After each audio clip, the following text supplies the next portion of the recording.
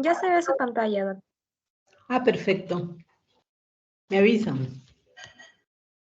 Para comenzar, ¿cuántos son en este grupo?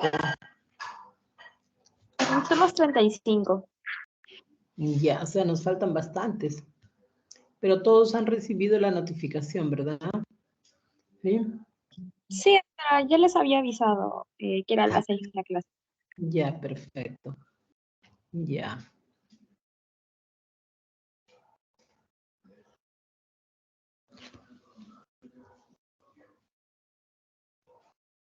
¿Y qué tal?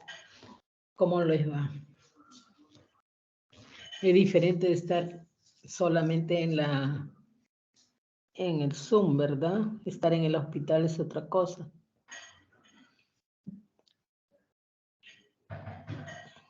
Están contentos, ¿verdad?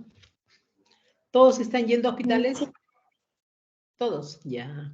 Ahorita Perfecto. Hoy día también he visto a los internos que han tenido problemas este año. Ustedes no vayan a tener esos problemas del otro año.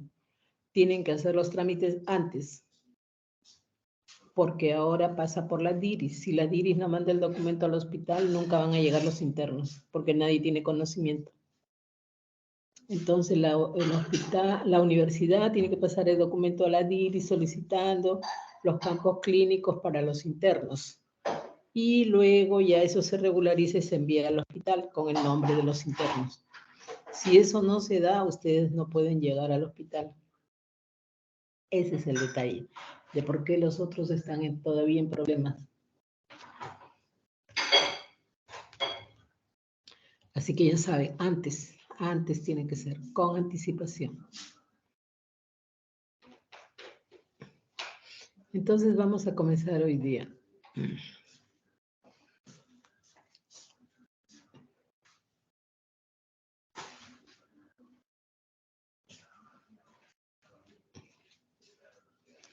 Entonces estamos en el tema infección del tracto urinario y gestación. Ustedes saben, la gestación nos puede traer de todo realmente, ¿no? Cambios a todo nivel. A todo nivel. Y uno de ellos no está exento también de sufrir cambios a nivel del tracto urinario. Entonces, estos cambios pueden traer como consecuencia infecciones. En este caso, la infección del tracto urinario. La mujer no tenía nunca antes nada, o de repente sí. Entonces, en ese caso se van a agudizar más bien los problemas. Ya, entonces, aquí el detalle es la infección urinaria en la mujer embarazada, porque es importante el escrutinio de la bacteriuria asintomática. Por eso es que en protocolo toda mujer gestante se le hace un examen de orina. Y en el examen de orina de repente encuentras que hay gérmenes. Y tienes que hacer un urocultivo y encuentras definitivamente una infección que la mujer ni siquiera tenía molestias, ni siquiera tenía nada. Esta es una entidad clínica, entonces, que se asocia frecuentemente al embarazo. La bacteriuria asintomática está asociada a la gestación. Entonces tenemos la infección del tracto urinario, constituye una de las infecciones más frecuentes. Tenemos la infección de la vía urinaria en la mujer, en una incidencia de 5 a 10% en la mujer embarazada. Puede tener una repercusión importante que tanto para la madre como para la evolución del embarazo. Esa es la importancia, porque puede traer problemas a la madre y la evolución del embarazo. Un niño con un retardo de crecimiento, bajo peso al nacer, puede también haber abortos, partos prematuros. Entonces, la evolución del embarazo se altera, definitivamente. Entonces, esa es la importancia. ¿Ya? Entonces, tenemos acá las definiciones. Vamos a definir lo que es una bacteriuria asintomática, lo que es la cistitis, la pielonefritis. Estamos hablando de infecciones de las vías urinarias, bajas y altas en todo caso. La bacteriuria asintomática. Presencia de bacteriuria significativa en una mujer sin síntomas de infección del tracto urinario. Entonces, es un hallazgo. Cuando le hacemos el estudio por el control prenatal, porque toda mujer tiene que hacer su control prenatal inmediatamente que sale embarazada, lo cual no ocurre en nuestro país, generalmente vienen a dar a luz. No hay control prenatal. Pero si nosotros en el mes que sea, ella viene y se hace su primer control, nosotros tenemos que hacerle, solicitarle todos sus exámenes. En este caso, el examen de orina. Igual como encontramos también las anemias. Y las encontramos definitivamente. La cistitis es la presencia de síntomas de la parte baja de las vías urinarias con bacteriuria significativa en un urocultivo. Entonces ella generalmente no tenía molestias, pero hay gérmenes. Pielonefritis es una infección de la vía excretoria alta. Yo les decía, la cistitis de la vía baja, urinaria baja, una pielonefritis está hablando de las vías altas. Y del parénquima renal, o sea, es el tejido el que está afectado, en uno o en ambos riñones. Entonces, esta suele presentarse generalmente en el segundo o en el tercer trimestre de la gestación.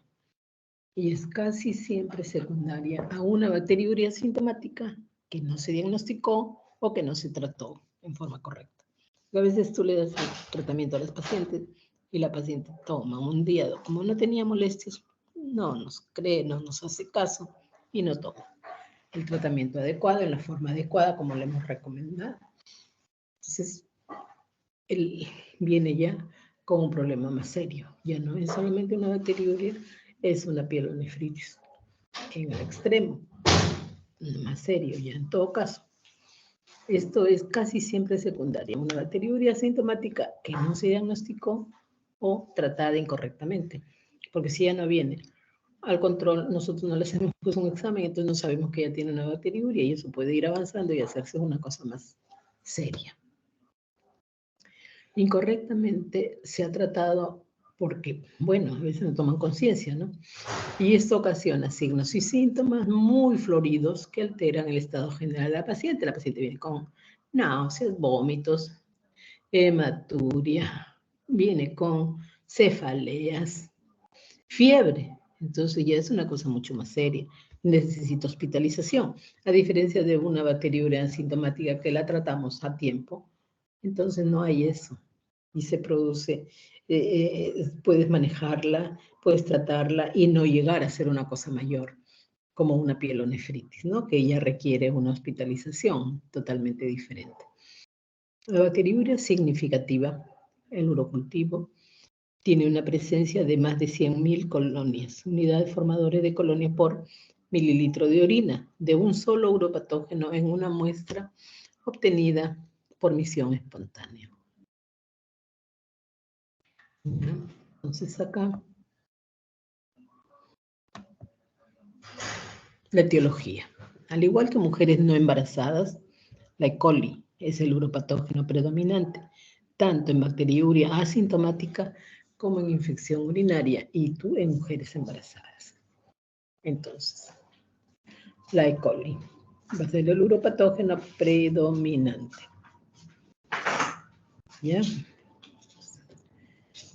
Como ejemplo, dice, ¿no? En un estudio hemos encontrado 400 casos de pielonefritis.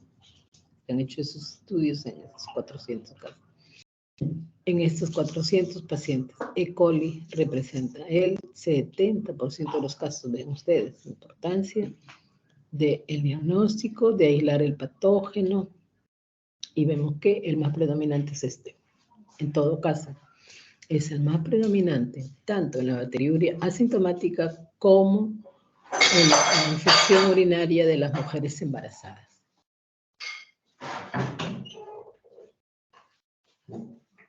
Entonces, tenemos otros organismos responsables de la infección, incluyen Klebsiella, Enterobacter, que es el 3%, nada más, miren ustedes la diferencia. Proteus en un 2%, y organismos gram positivos, incluyendo el Streptococcus del grupo B, 10%. Al igual que en otras infecciones adquiridas en la comunidad, la resistencia antimicrobiana es una preocupación creciente. Las infecciones causadas por el beta-lactamasa de espectro extendidos, que son las infecciones BLE, que producen las cepas, están aumentando en número incluso en las situ no complicadas. El aislamiento de más de una especie o la presencia del lactobacilo pueden indicar una muestra contaminada por flora vaginal o cutánea. El lactobacilo es una flora más bien presente en la flora vaginal. El aislamiento repetido del lactobacilo con altos recuentos de colonias y sin otros organismos en cultivos de orina puede no representar una simple contaminación, aunque no se conoce la importancia de este hallazgo en el embarazo. Fisiopatología. Entonces, los cambios fisiológicos del tracto urinario durante el embarazo son importantes. Eso ocurre, cambios fisiológicos a todo nivel. El tracto urinario no está exento. Se producen también cambios, como la reacción a nivel hormonal, definitivamente. Todas las hormonas que se están produciendo en este organismo son importantes entonces y facilitan el desarrollo de la infección del tracto urinario. Los cambios fisiológicos, entonces, su recurrencia, su persistencia y a menudo su evolución a formas sintomáticas que no se producen en la mujer no gestante, en la que la ITU tiene menos impacto y no suele ser persistente. Entonces, importancia de la ITU en la mujer embarazada debido a los cambios fisiológicos que ocurren durante el embarazo. En estas modificaciones fisiológicas caben destacar: 1. La dilatación bilateral, progresiva y frecuentemente asimétrica de los uréteres. Entonces hay una dilatación bilateral, progresiva y frecuentemente asimétrica de los uréteres, que comienza a la 7ª semana. Comienza temprano y progresa hasta el término. Tras el parto se reduce con rapidez, 1/3 a la semana, 1/3 al mes y el tercio restante a los 2 meses. O sea, todo lo que se dilató se va a ir, digamos, disminuyendo poco a poco, ¿no? 1/3 a la semana, 1/3 al mes y 1/3 restante a los 2 meses. O sea, no es algo que de inmediato se va a recuperar, se va recuperando de a poco posparto, hasta los 2 meses. La dilatación comienza en la pelvis renal, continúa de forma progresiva por el uréter. Es menor en el tercio inferior y puede albergar hasta 200 mililitros de orina, lo que facilita la persistencia de la ITU. O sea, va a quedarse una orina residual. Y esto puede condicionar la infección urinaria. Estos gérmenes se van a cultivar en esta, digamos, el detalle de que hay persistencia de la orina, no se elimina completamente. Esta dilatación suele ser mayor en el lado derecho. El útero aumenta su volumen, comprime la vejiga y los uréteres. ¿Ven ustedes cómo aumenta su volumen intensamente? Comprime la vejiga y los uréteres. Esta compresión es mayor en el lado derecho, debido a la dextrorotación habitual del útero a partir de la segunda mitad del embarazo. La compresión vesical favorece la aparición de residuo postmiccional. ¿No? Lo que estábamos diciendo, que va a haber un residuo postmiccional. La influencia hormonal, o sea, uno es el mecánico por efecto del útero que comprime la zona de la vejiga, los uréteres, la pelvis, entonces va a producir esas dilataciones. Y otra es influencia hormonal. Entonces hay dos mecanismos. No solamente es que hay cambios fisiológicos, sino cambios producidos a nivel anatómico y funcional o hormonal, que también contribuye a estas modificaciones, tanto o más que las modificaciones mecánicas ya mencionadas. La progesterona disminuye el tono y la contractilidad de las fibras musculares. Ese es el efecto de la progesterona, ¿no? Si aumenta el tono, va a haber un aborto. De ninguna manera. La función de la progesterona, entonces, es cuidar este embarazo. Entonces, las fibras musculares responden a que se hacen, digamos, que no haya una contracción más de lo normal y, por lo tanto, va a cuidarse este embarazo. Disminuye el tono y la contracción de las fibras musculares lisas del uréter.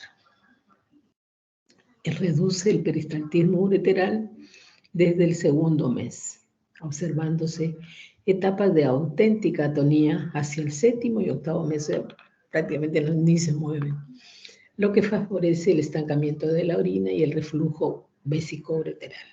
Entonces, aquí hay el mecanismo producido por la progesterona, que lo va a relajar, que lo va a tranquilizar, que no va a dejar que haya contracciones, que se movilice mucho. Entonces, disminuye más bien ese tono de las fibras musculares a nivel de uréter, a nivel de toda esta zona, y favorece también, ¿no?, a las infecciones porque se va quedando la orina. Disminuye el tono del esfínter uretero-vesical, favoreciendo su reflujo. Los estrógenos favorecen también en parte la hiperemia del trígono, la adherencia de los gérmenes sobre el epitelio.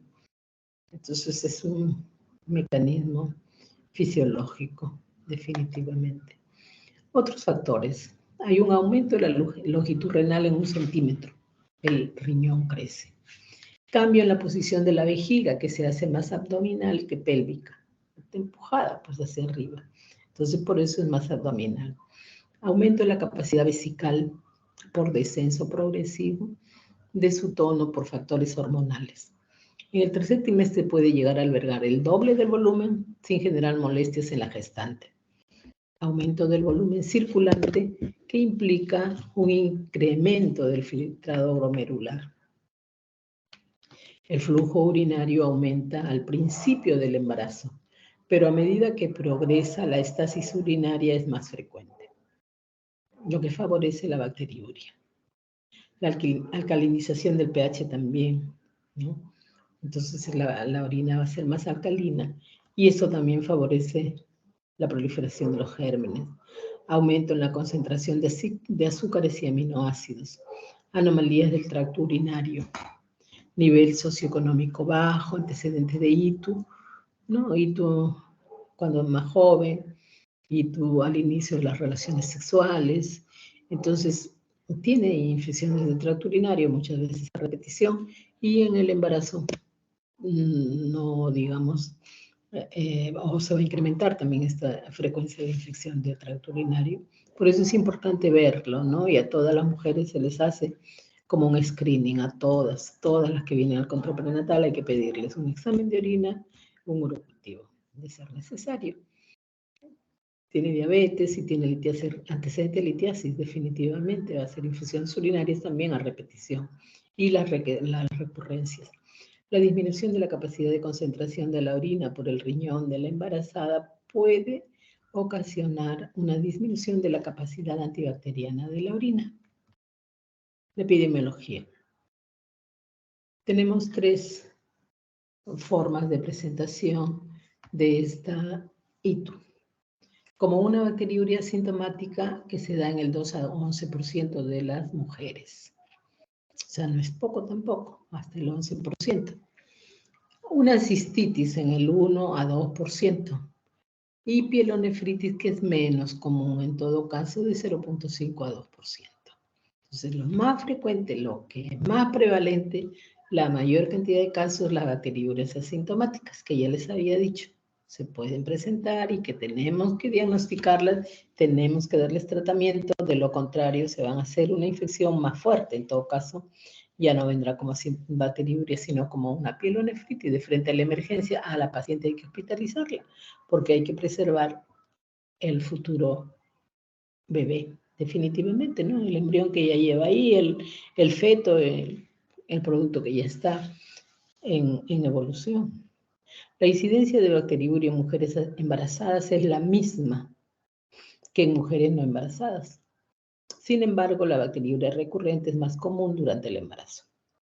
La incidencia de pielonefritis es mayor que en la población en general, como resultado de cambios fisiológicos en el tracto urinario durante el embarazo. Acabamos de verlo.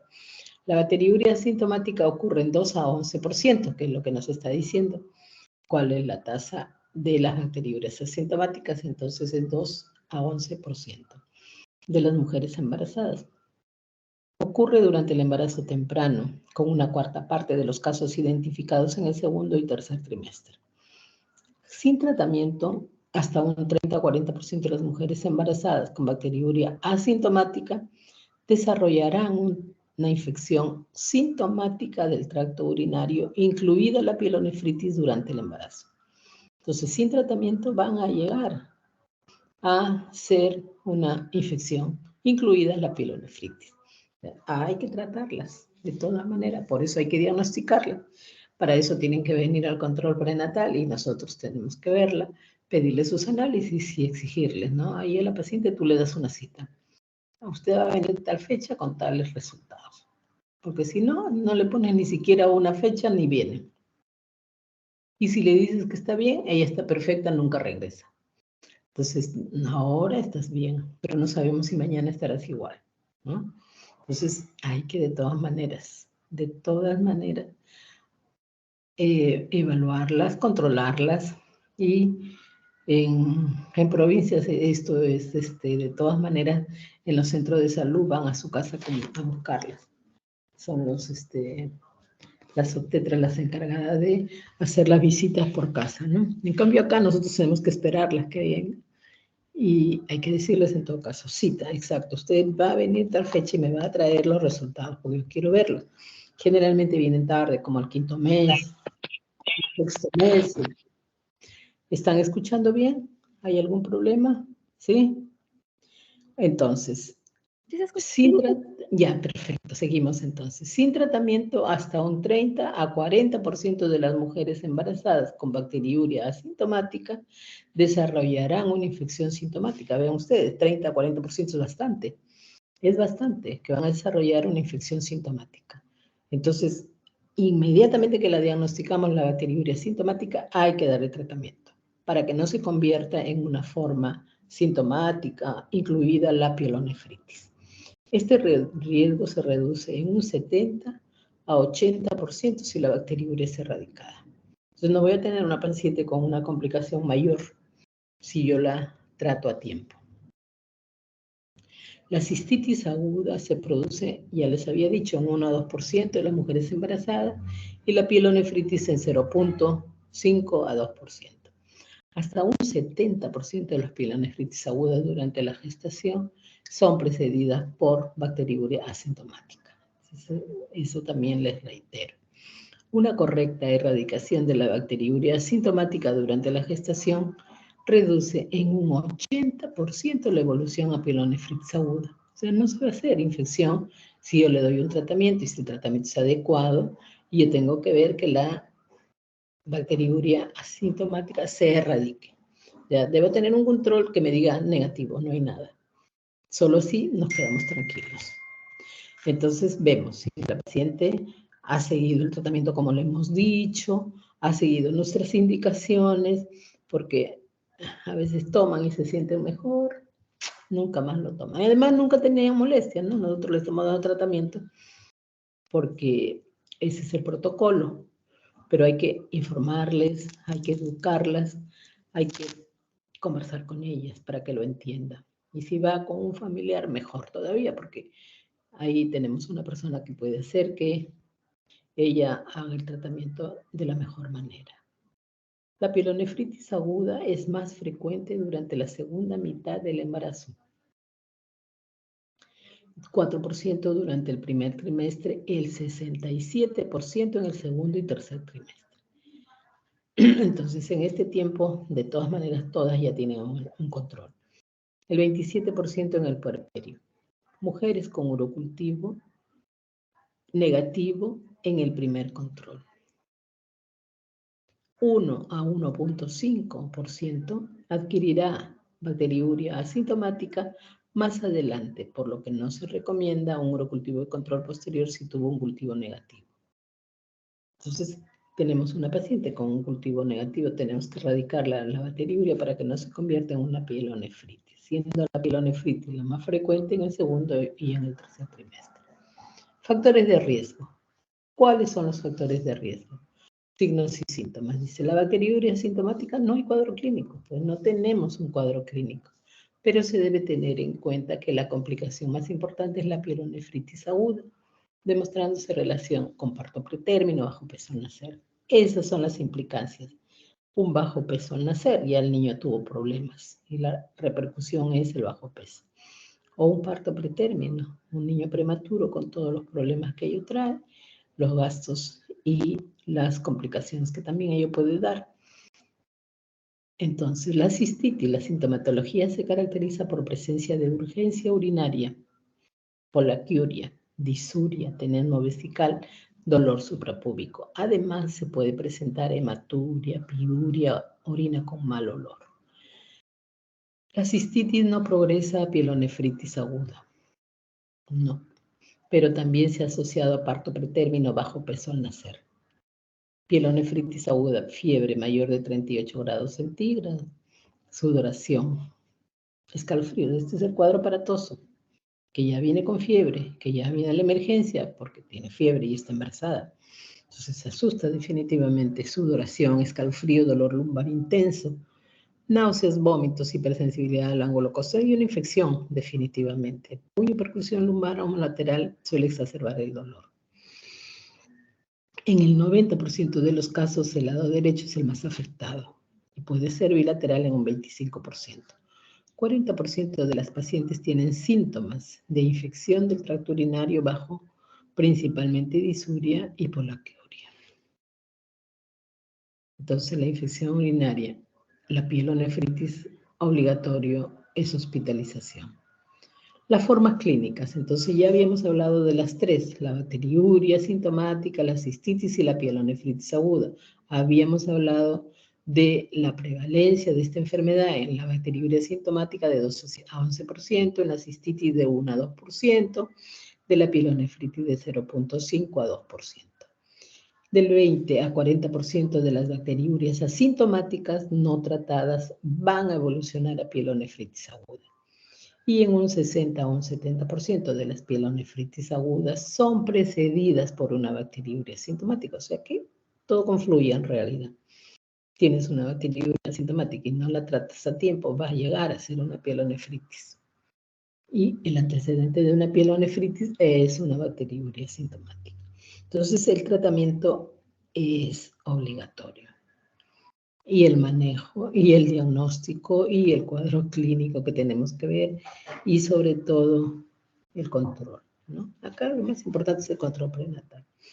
Para todo, para que encuentres una diabetes, para que la trates, para que prevengas que no se vaya a complicar, que no haya una preeclampsia, que no haya un gel. Entonces, todo es la prevención en realidad. Diagnóstico, bacteriuria sintomática.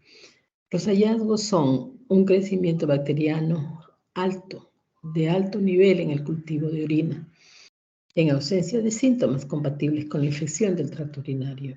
Esa es la bacteriuria sintomática. Yo no tengo molestias, yo no tengo nada, pero el examen me sale positivo. La Sociedad Americana de Enfermedades Infecciosas recomienda cribado de todas las mujeres embarazadas para la bacteriuria asintomática, al menos una vez en el embarazo temprano, que ideal sería entre las 12 y 16 semanas, pero estas ya deberían haberse controlado desde antes. Por lo menos se dice a las 12, estamos hablando del tercer mes, del cuarto mes del embarazo. O sea, es bastante ya avanzado sería. Lo más importante es que sea apenas le falle la regla, ¿no? O en el primer control realizado, porque ideal es que vengan a esta etapa, pero a veces no vienen a ella. Debe basarse en el cultivo de una muestra de orina tomada del chorro medio. Eso es lo más importante que hay que decirle, que la muestra se toma del chorro medio. El cateterismo de rutina para detectar bacteriuria no se justifica. debido al riesgo de introducción de infección. Entonces nosotros no podemos estar poniéndole una sonda para saber si hay o no una infección, que orine. Y le tienes que decir el chorro medio. La bacteriuria se define formalmente como 2 muestras de orina evacuadas consecutivas con aislamiento de la misma cepa bacteriana en los recuentos cuantitativos de más de 10 a la quinta unidades, formadoras de colonias, o una sola muestra de orina por sondaje, pero no lo vamos a hacer, con una especie bacteriana aislada en un recuento cuantitativo de mayor de 10 al cuadrado. Unidades formadores de colonia por mililitro. Generalmente le tomamos del chorro medio. Y vamos a encontrar algún germen, puedes volver a repetir y te va a salir. Entonces tienes el diagnóstico. El umbral para el diagnóstico y el tratamiento de la bacteriuria asintomática debido al estreptococo del grupo B durante el embarazo es menor a mayor, a más o menos 10 a la cuarta. Ese es el umbral para el diagnóstico y el tratamiento para el estreptococo del grupo B. Si se aíslan bacterias que no son típicas uropatógenas, como los lactobacilos, el tratamiento debe reservarse para las pacientes en los que el organismo crece como aislamiento. Uy, ¿qué pasó? Teams. A ver, vamos a recuperarlo.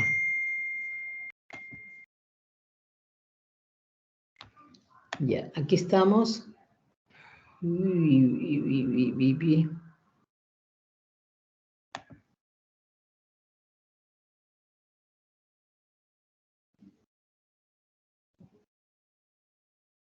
¿Lo ven ahora? ¿Sí? ¿Sí? Doctora, yo sí veo sus diapositivas. Perfecto. Seguimos entonces. Ya, perfecto. Ya, entonces seguimos. Bacteriuria sintomática recurrente. O sea, se dice que no hay crónicas, sino recurrentes. Se ha recibido 2 tratamientos completos basados en el antibiograma y estos no han sido eficaces. Entonces estamos hablando de una bacteriuria recurrente. Cistitis. El diagnóstico se basa en la clínica descrita, la ausencia de sintomatología del tracto urinario superior y apoyado en las pruebas complementarias. El urocultivo con más de 1000 unidades formadores de colonia por mililitro confirma el diagnóstico. En la actualidad no se considera preciso un urocultivo positivo con más de 100.000 unidades formadores de colonia por mililitro para confirmar el diagnóstico. Basta con más de 1000.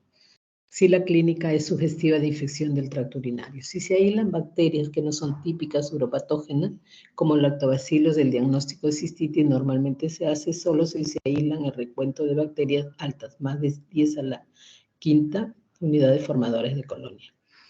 Cistitis recurrente también igual, se han recibido 2 tratamientos completos basados en el antibiograma y estos no han sido eficaces.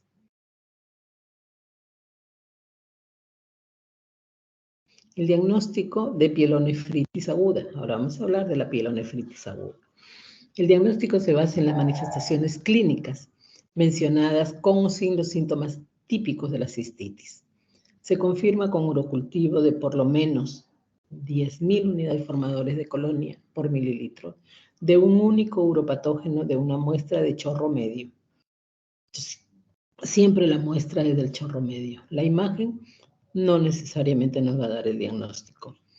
En pacientes en la clínica y el examen que tengamos que realizarle. En pacientes con pielonefritis que están gravemente enfermas o que también tienen síntomas de cólico renal o antecedentes de cálculos renales, diabetes, antecedentes de cirugía urológica previa, inmunosupresión, episodios repetidos de pielonefritis o urosepsis, la imagen de los riñones puede ser útiles para evitar complicaciones, para evaluar las complicaciones. Si hay cálculos, ya lo sabemos, ¿no? Entonces, pero hay que ver siempre una ecografía en todo caso. Diagnóstico diferencial de uretritis aguda y una vaginitis totalmente diferente, ¿no? Exámenes auxiliares. En la bacteriuria sintomática, el examen de orina con leucocitos, bacterias y un urocultivo positivo mayor de 100.000 unidades formadores de colonia.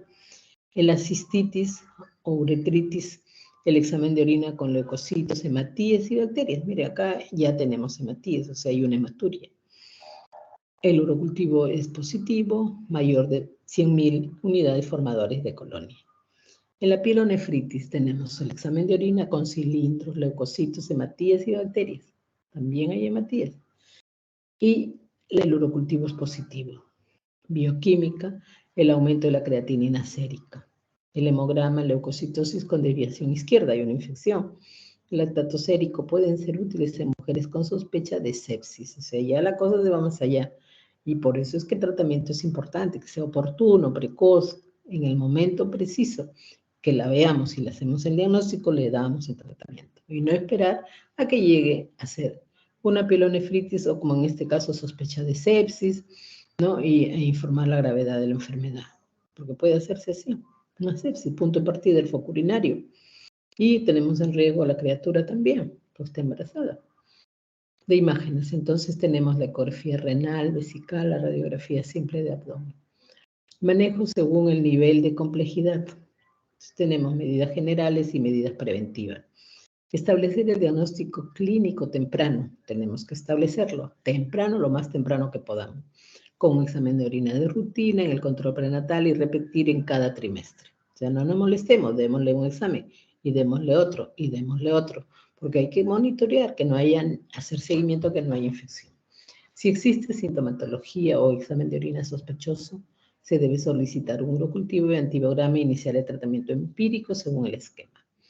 Si existe fiebre y o compromiso del estado general, la hospitalizamos. Está en riesgo ella y el niño. Esquema de tratamiento mientras se espera el resultado. Siempre se inicia el tratamiento empírico y luego primero se hace el urocultivo, comienza a hacer el tratamiento, en 72 horas debe salir ese resultado y le vas a cambiar si es que el medicamento que le diste no estaba adecuado y con el antibiograma ya vas a cotejar qué medicamento le tienes que dar. Pero ya fuiste avanzando de repente. Medicamentos restringidos durante el embarazo. Trimetoprim y sulfa, para nada le tienes que dar. Tetraciclinas tampoco, ni quinolona. Las quinolonas pueden causar artropatía, las tetraciclinas se asocian con la decoloración de la decidua dental. Trimetoprim sulfamethoxazol está contraindicado en el primer trimestre por su potencial teratogénico y en el tercer trimestre por desplazar la bilirrubina de los sitios de unión, aumentando el riesgo de kerníctero. Entonces, es importante. Estos son medicamentos que no podemos darle definitivamente a la mujer embarazada. Están restringidos.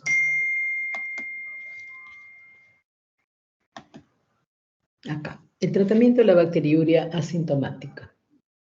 Manejo ambulatorio, tratamiento según resultados de urocultivo y antibiograma. Seguimiento urocultivo de control mensual. Todos los meses tenemos que hacer el seguimiento hasta el final del embarazo y supresión continua con antibióticos si hubiera recurrencia. Las opciones posibles incluyen beta-lactámicos, nitrofurantoína, fosfomicina.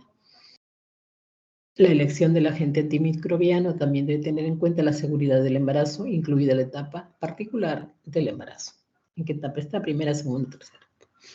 La duración óptima de los antibióticos para la bacteriuria asintomática es incierto. Se prefieren cursos cortos de antibióticos para minimizar la exposición antimicrobiana al feto. La terapia con antibióticos de corta duración suele ser eficaz para erradicar la bacteriuria asintomática del embarazo, aunque los regímenes de dosis única pueden no ser tan eficaces como los regímenes ligeramente más largos. Una excepción es la dosis única de fosfomicina y es un excelente medicamento, pero no se tiene que usar tampoco. Tenemos que tener cuidado con los antibióticos. El uso tiene que ser racional. Tienes que darle lo indicado por el tiempo necesario. Los regímenes antibióticos recomendados se encuentran entonces en la tabla 1. Cistitis. Manejo ambulatorio. Tratamiento de inicio, terapia empírica. Y luego según antibiograma. Entonces, el seguimiento con urocultivo de control mensual hasta el final del embarazo y supresión continua con antibióticos si hay recurrencia. El tratamiento de la cistitis aguda en mujeres embarazadas incluye la terapia empírica. Siempre tenemos que darle terapia empírica porque no la vas a dejar que avance la infección 2, 3 días hasta que salga el resultado del urocultivo. Son 72 horas. Entonces estás empezando y ella ya está con molestias, entonces ni modo. Y además, si le encontraste con la cistitis, es una cistitis aguda en este caso, pues tenemos que empezar el tratamiento. El tratamiento, entonces, antibiótico de la cistitis aguda en mujeres embarazadas suele ser empírico, iniciado en el momento mismo de la disuria, adaptado al patrón de susceptibilidad del organismo aislado una vez que los cultivos de orina regresan. Entonces, le voy dando tratamiento empírico y luego lo voy a modificar según lo que me salga en el antibiograma y de acuerdo a lo de la embarazada, ¿no es cierto? ¿Qué le puedo dar, qué no le puedo dar? Ya sabemos que no le podemos dar sulfas, que no le podemos dar quinolonas, entonces ya nosotros sabemos que no debemos usar. Las opciones para la terapia empírica y dirigida incluyen beta-lactámicos, nitrofurantoína y fosfomicina. La elección de un agente antimicrobiano también debe tener en cuenta cualquier información microbiológica previa y la seguridad del fármaco durante el embarazo. Aquí vamos a verlos. Cistitis recurrente, ya les dije, no se regresa, se vuelve a hacer la infección, no la hemos curado adecuadamente o la mujer no sigue el tratamiento en forma adecuada. En las mujeres que tienen cistitis recurrente durante el embarazo, la profilaxis antimicrobiana durante este embarazo es una estrategia razonable para prevenir episodios adicionales. La profilaxis puede ser poscoital, si se cree que la cistitis está relacionada con la relación sexual, lo que comúnmente es, o continuo, en el establecimiento de otras condiciones que potencialmente aumentan el riesgo de complicaciones urinarias durante los episodios de cistitis, después del primer episodio, entonces, por ejemplo, diabetes, rasgo de célula falciforme, la profilaxis después del primer episodio durante el embarazo también es razonable. La elección del tratamiento del antimicrobiano utilizado para la profilaxis debe basarse en el perfil de susceptibilidad de la cepa de cistitis. O sea, tenemos que hacer antibiograma de todas maneras. Si empezamos con un empírico, tenemos que continuar y ajustarlo según el resultado del antibiograma, el urocultivo. Ahora vamos a ver la tabla 3. Manejo pielonefritis aguda, entonces manejo. Requiere hospitalización, como les había dicho. El tratamiento inicia con terapia empírica y luego según el antibiograma. El seguimiento urocultivo de control y terapia supresora continua con antibióticos hasta 4 a 6 semanas postparto. El manejo de la pielonefritis aguda en mujeres embarazadas incluye la admisión hospitalaria para antibióticos parenterales. La terapia antibiótica puede convertirse en un régimen oral adaptado al perfil de susceptibilidad del organismo aislado después de la mejoría clínica. Después del tratamiento, los antibióticos supresores se usan típicamente durante el resto del embarazo para prevenir la recurrencia. Entonces no la dejamos, tenemos que seguirla. El seguimiento es exhaustivo, como están viendo. En la pielonefritis aguda, basándose en el mayor riesgo de complicaciones en mujeres embarazadas, esta ha sido tradicionalmente tratada con hospitalización y antibióticos intravenosos. Tienes que hospitalizarla hasta que la mujer esté afebril durante 24 a 48 horas y sintomáticamente mejorada. O sea, le voy a dar de alta cuando ella ya no tenga fiebre por 48 horas. No le puedo dar de alta de inmediato, porque puede regresar la fiebre. Tengo que estar seguro de que ya no va a tener más fiebre, que ya la fiebre cayó y que ya no le va a dar más. Y también sintomáticamente mejorada. Las beta-lactamasas parenterales de amplio espectro son los antibióticos preferidos para la terapia empírica inicial de la pielonefritis. Las fluorquinolonas y los aminoglucósidos que se utilizan a menudo para la pielonefritis en personas no embarazadas tienen que evitarse en este tiempo. No se pueden usar.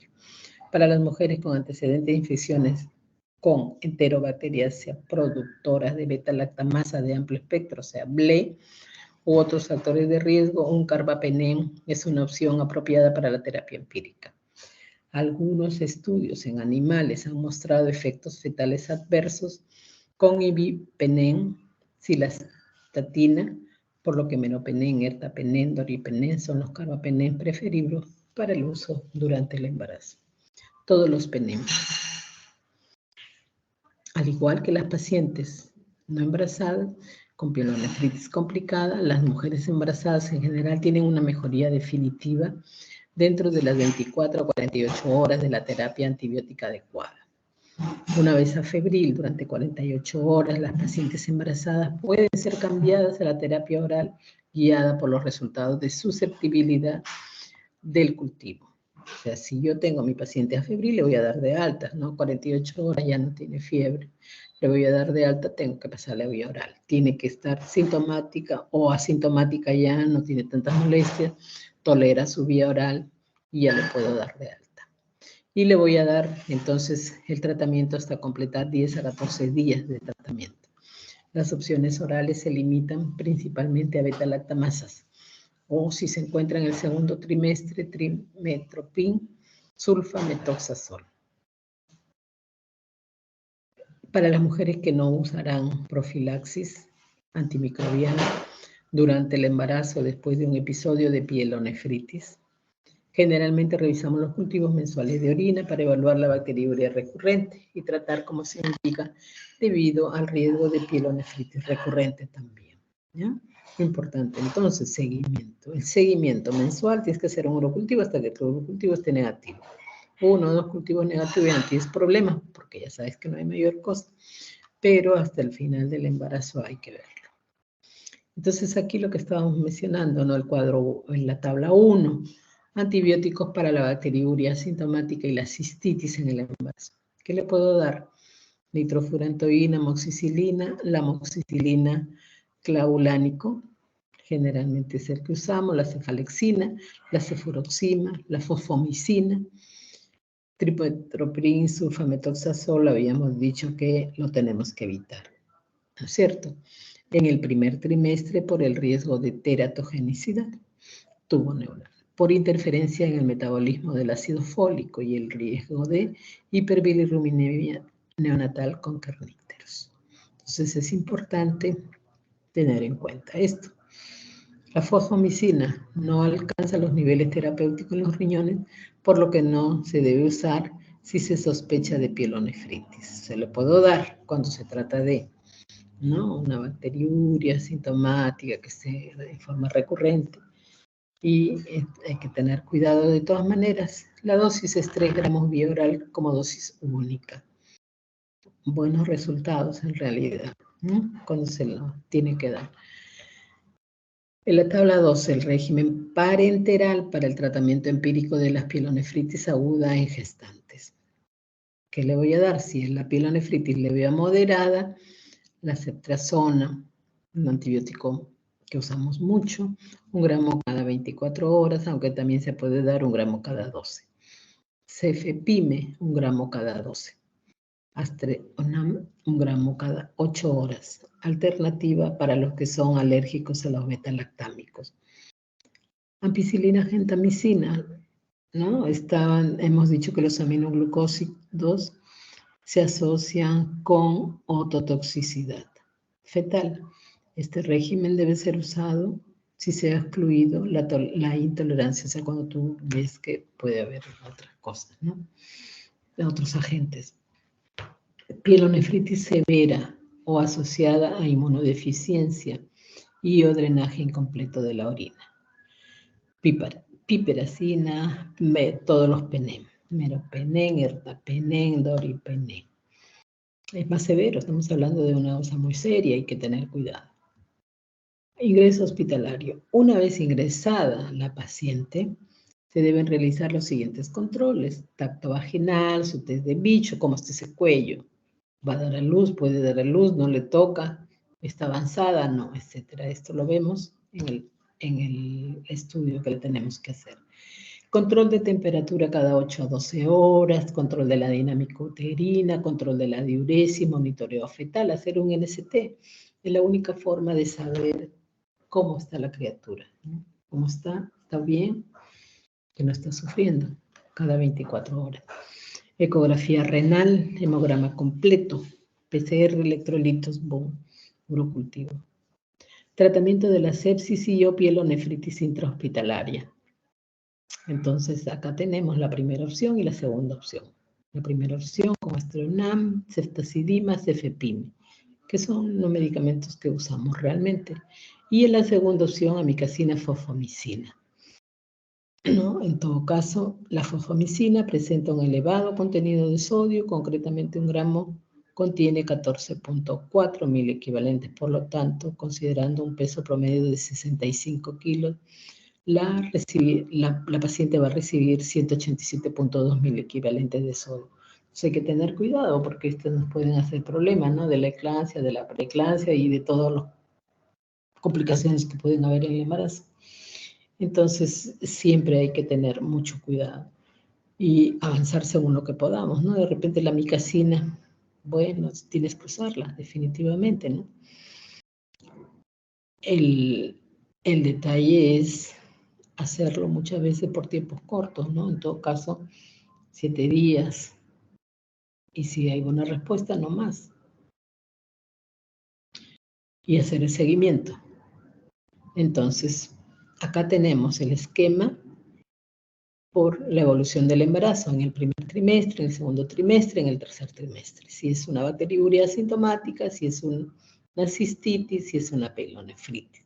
Entonces acá con este esquema vamos viendo cómo podemos ir avanzando según los trimestres del embarazo. Si es una bacteriuria asintomática nada más, puedo empezar con una nitrofurantoína, 100 miligramos vía oral por 7 días. O amoxicilina clavulánico, 2 veces al día por 7 días. Si es el segundo trimestre también, y puedo agregar, ¿no? Una fosfomicina, puedo usar fosfomicina, o nitrofurantoína, o amoxicilina, o cualquiera de estos.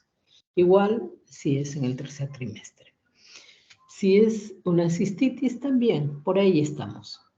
Que acá podemos usar amoxicilina, nitrofurantoína y cefalexina, o también fosfomicina. Entonces prácticamente son los mismos esquemas. En la pielonefritis, que ya es una cosa más aguda, la paciente hospitalizada, vamos a utilizar endovenosos. Podemos usar en el primer trimestre gentamicina, amicacina o cefotaxima, ¿no? Endovenosos, hasta por 10 días. Igual en el segundo trimestre o en el tercer trimestre. ¿Verdad? Ahí está, no hay mucha diferencia.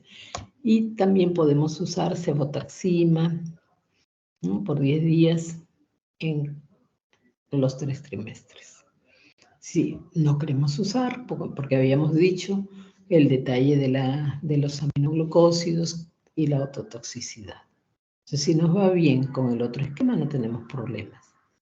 Y lo podemos usar tanto en el primero, en el segundo, como en el tercer trimestre. ¿Ya? Y entonces acá tenemos en la tabla 3, la terapia supresora para prevención de la recidiva. Seguimos entonces, o sea, yo le voy a terminar el tratamiento, pero de repente ya me hizo una recurrencia y yo no quiero que tenga más. Entonces le voy a dar una tabletita varios días, a veces un mes o un poco más. Pero una tabletita al acostarse. Entonces, de la fosfomicina, un sobre una vez por semana, ¿no? Y así, el detalle de ir evolucionando a tu paciente, de ir viendo a tu paciente y que no haga recurrencias.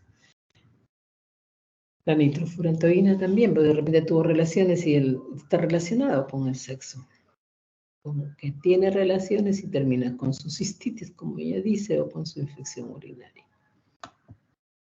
Efectos adversos. Puede haber reacción alérgica al medicamento que se usa, molestias gastrointestinales como epigastralgia, pirosis, náusea, vómito, etc. Todos los medicamentos pueden hacernos tener algunas molestias. Signos de alarma, la sed persistente, la hipotensión, el compromiso, el estado de conciencia, se me está yendo la paciente, no es una cosa severa, ya es un shock. De repente estoy teniendo una sepsis. Entonces hay que tener mucho cuidado. Criterios de alta, ya les había dicho, tiene que estar afebril por 48 horas. 24, 48. Si tiene mucho apuro, las 24. Y si no, esperar hasta las 48. 2 días que no tenga fiebre, que no tenga molestias, que tolera su vía oral y que tolera su medicina vía oral, no hay problema, yo le doy de alta. y hay remisión de la sintomatología y obstétricamente tiene que estar estable esa criatura, definitivamente. Complicaciones. Si es en etapas tempranas del embarazo, amenaza de aborto y o aborto. Puede haber aborto, puede haber amenaza solamente o puede haber también un aborto. Si es en etapas avanzadas, amenaza parto pretérmino, parto prematuro. Puede haber sepsis materna, sepsis neonatal. Esas son las complicaciones, definitivamente, y hay que tenerlas en cuenta. Mirar que no, el paciente se va a ir en las mejores condiciones. Yo no puedo darle de alta a una paciente que esté haciendo hipotensión, porque tengo que tomarle la presión por lo menos. Complicaciones perinatales, fetales, prematuridad, bajo peso al nacer. Maternas, parto pretérmino, hipertensión, anemia, corioneonitis, edema pulmonar, insuficiencia respiratoria. El niño se puede morir, la madre también, si no la atendemos a tiempo. Todas las complicaciones que nos pueden hacer. Ay, otra vez, ya. Entonces, acá tenemos criterios de referencia. O sea, ya les dije, ¿no? Cómo atiendes en el primer nivel, el segundo nivel, el tercer nivel. El primer nivel solamente las bacteriurias asintomáticas. Si tienes una pielonefritis, no vas a pensar que te vas a quedar con ella en el primer nivel. Tienes que referirla al segundo nivel o al tercer nivel, definitivamente. Si hay signo de sepsis, al tercer nivel. Entonces tú no te puedes quedar con ese paciente, se te muere ahí en tus narices. A los 2 meses, cuando hay signos de sepsis clínica y laboratorio, se transferirá a UCI, hospital de tercer nivel. A los 2 meses posparto se referirá para urografía excretoria, pruebas funcionales renales, examen bacteriológico urinario. Solo el 30% de las infecciones urinarias agudas se curan correctamente. Vean ustedes, solo el 30%. En función de estas pruebas se aconsejará o desaconsejará una nueva gestación. Pacientes hospitalizadas pueden salir de alta el segundo día sin fiebre, por lo menos 3 días de tratamiento parenteral. ¿Ya? Pueden salir de alta el segundo día, pero que no tengan fiebre. Y con por lo menos 3 días de tratamiento parenteral. Si ya la tuviste 3 días con tratamiento parenteral y estás 2 días sin fiebre, ya le puedes dar de alta. Y si hay que seguirlas, y hasta que estén bien curadas, no se aconseja un nuevo embarazo.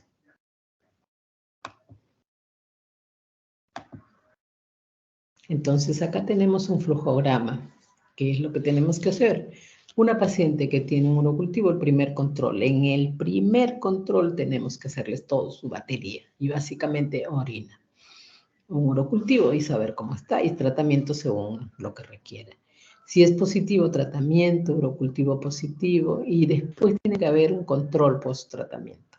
Si el control es negativo, el control va a ser mensual. Si el control es positivo, tratamiento otra vez, urocultivo, y si es urocultivo, terapia supresora. O sea, la voy a dejar así un mes y haciendo control para saber si tiene o no la infección, si se erradicó o no.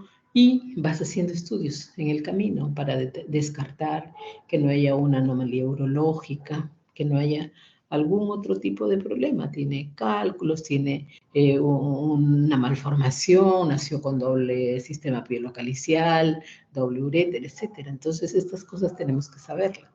No lo sabemos y a veces hemos tenido una tosis renal, un riñón estaba caído y el otro estaba no. O nació con un riñón adecuado y el otro ni siquiera. Y entonces a veces hay que operarlas para sacarle lo que les está fastidiando. No lo sabíamos hasta que sale embarazada. Entonces el urocultivo negativo.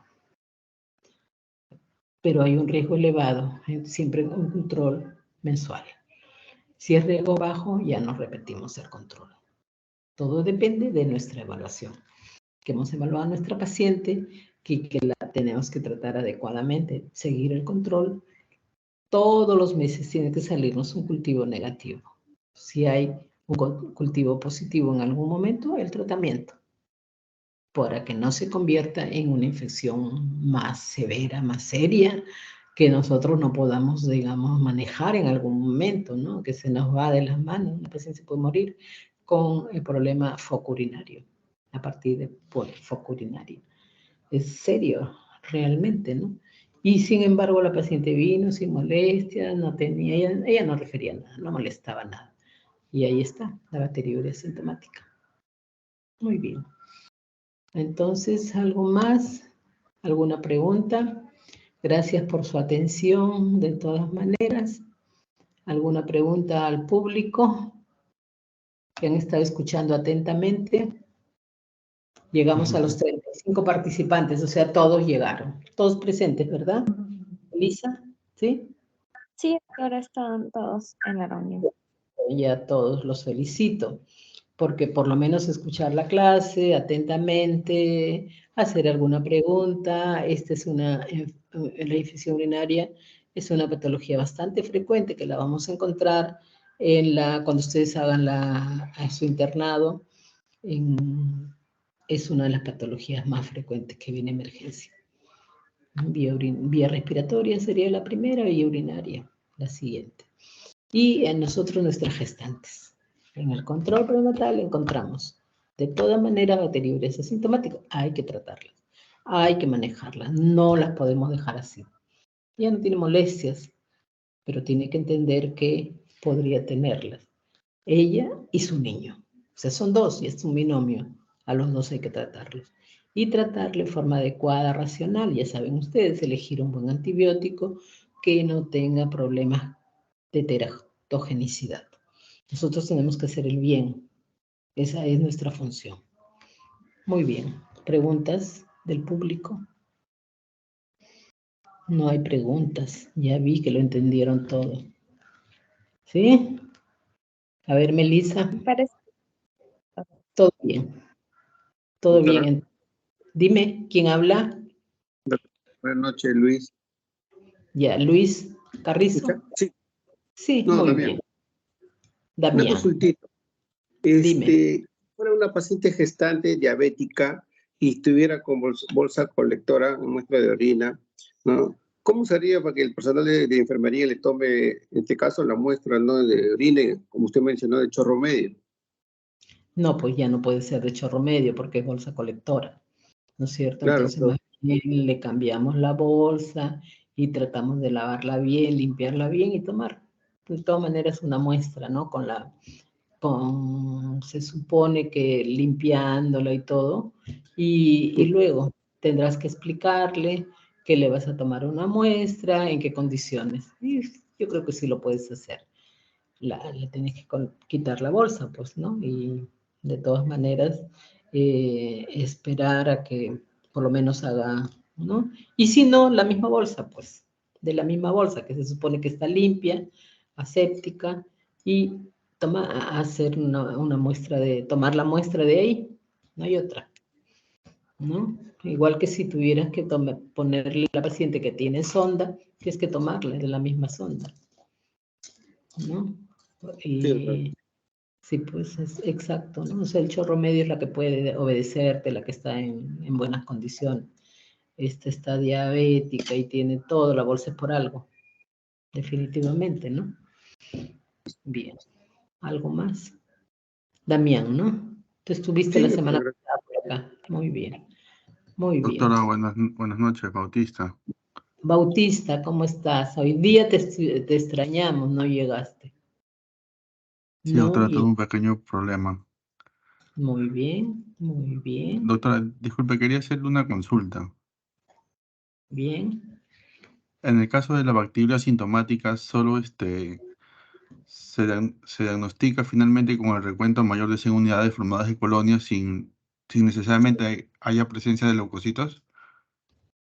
Generalmente hay, digamos, más en una infección mayor, ¿no? Pero tú acá lo que vas viendo es el recuento de colonias.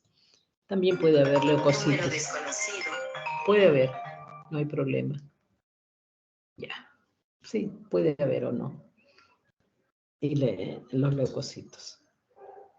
Y básicamente tú estás dando tratamiento, encontrando que hay infección. Y los leucocitos siempre van a estar más allá de lo normal, ¿no? Más de 5 o 7 por campo vas a encontrarlos. Definitivamente tú estás pensando que hay algo. Esta es una bacteriuria que para la paciente todavía no es sintomática, pero que si pasa el tiempo, porque esto es en el tiempo, la bacteriuria sintomática como la pielonefritis es en el tiempo. A veces empieza así, si no recibe tratamiento en el tiempo, por eso que es más frecuente en el segundo o tercer trimestre una pielonefritis. Entonces, es porque va avanzando la infección y no le hemos dado tratamiento, pero sí hay leucocitos. Sí hay, a veces tú encuentras de todas maneras, ¿no? En el hemograma, en el cultivo, en el examen de orina, definitivamente. Ella no la habías estudiado porque no había venido al control prenatal. Y después ya viene a su control prenatal y tú le estás haciendo el diagnóstico. Y el tratamiento. Muy bien. ¿Alguno más?